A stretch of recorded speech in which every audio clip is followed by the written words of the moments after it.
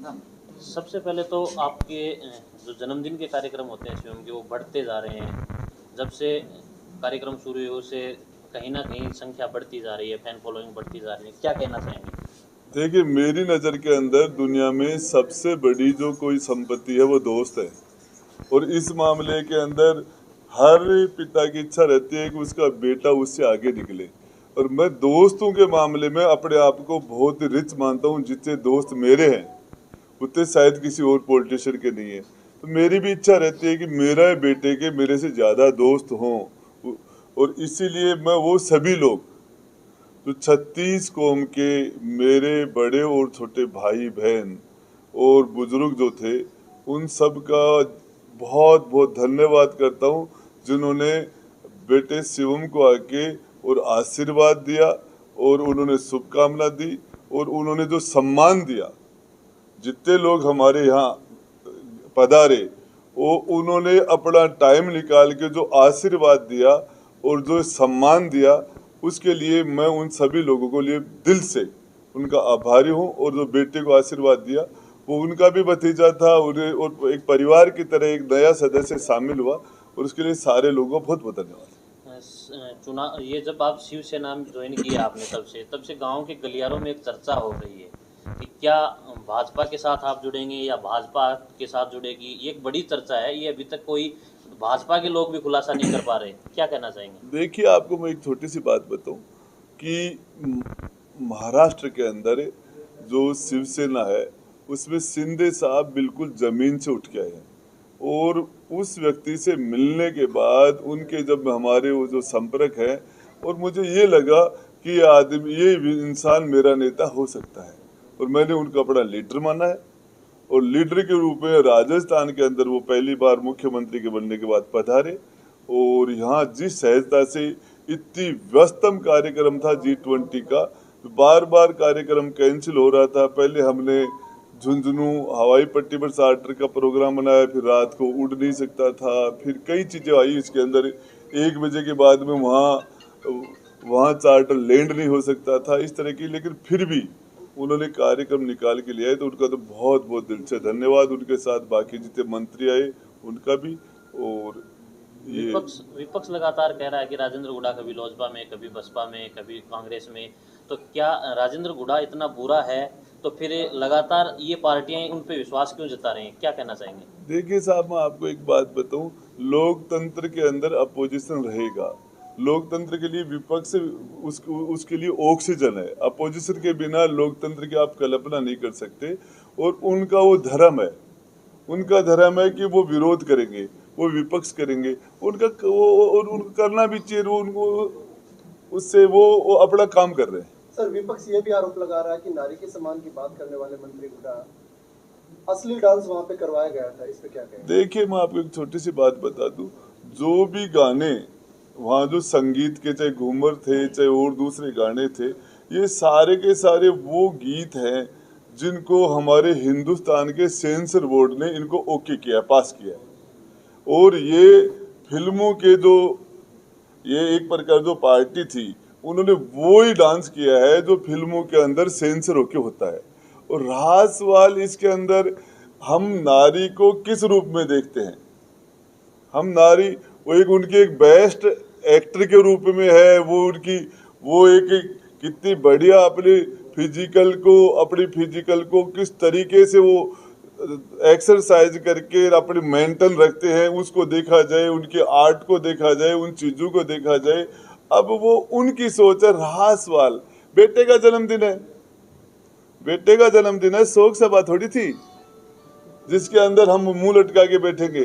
गीत भी होंगे, डांस भी होंगे, और इसके अंदर उनको जो चीजें नजर आती है, मेरी समझ से हम हर वो काम करेंगे जो हमारे फॉलोअर्स को, हमारी जनता को वो अच्छा लगे, लेकिन मर्यादा में रहते हुए।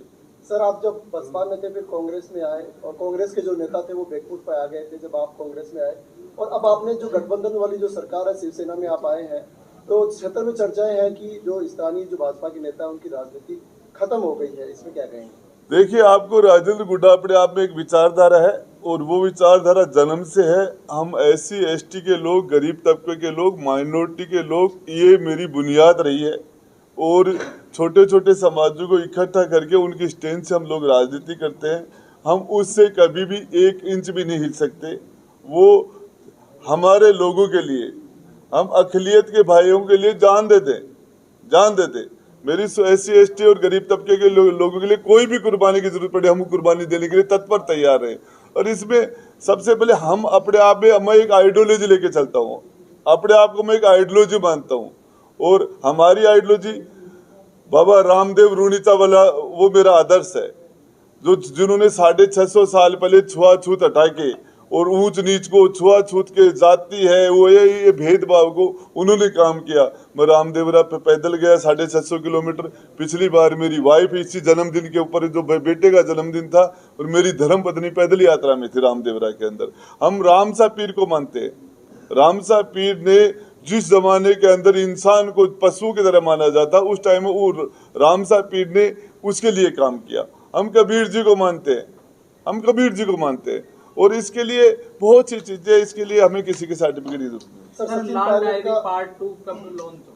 देखिए, मैं आपको एक बात बता दूं, इस मामले के अंदर ये सोचना चाहिए, राजस्थान का DG एंटी करप्शन का BL सोनी, जो पूरे राजस्थान का DG रहा लंबे टाइम तक एंटी करप्शन में, जिसने काम किया, उसने जो कुछ कहा उसके बाद में भ्रष्टाचार के लिए क्या बच जाता है।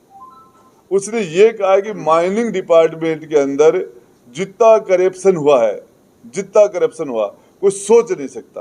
और इसके लिए भरत सिंह कुंदनपुर वहाँ के विधायक, तो वो कोटा के अंदर चिल्ला के उन्होंने, अब क्या हालत होगी उनकी। आज ये देखो कितना उस आदमी ने, कोई सुनने वाला है। आज BL सोनी ने जो कहा कि जैसे ही हम बड़ी मछली को, भ्रष्टाचार की बड़ी मछली के लिए हम जाल में उसको बिछा के उसको फंसाते थे, और मुख्यमंत्री के वहां से हमारे पास फोन आ जाते थे और हमें उनको छोड़ना पड़ता था। तो ये इस तरह की स्थितियां, ये तो DG कह रहा है। तो इसमें करप्शन के मामले में मेरे पास जो चीजें हैं वो जल्दी ही सामने आ जाएंगी, बहुत जल्दी सामने आ जाएंगी।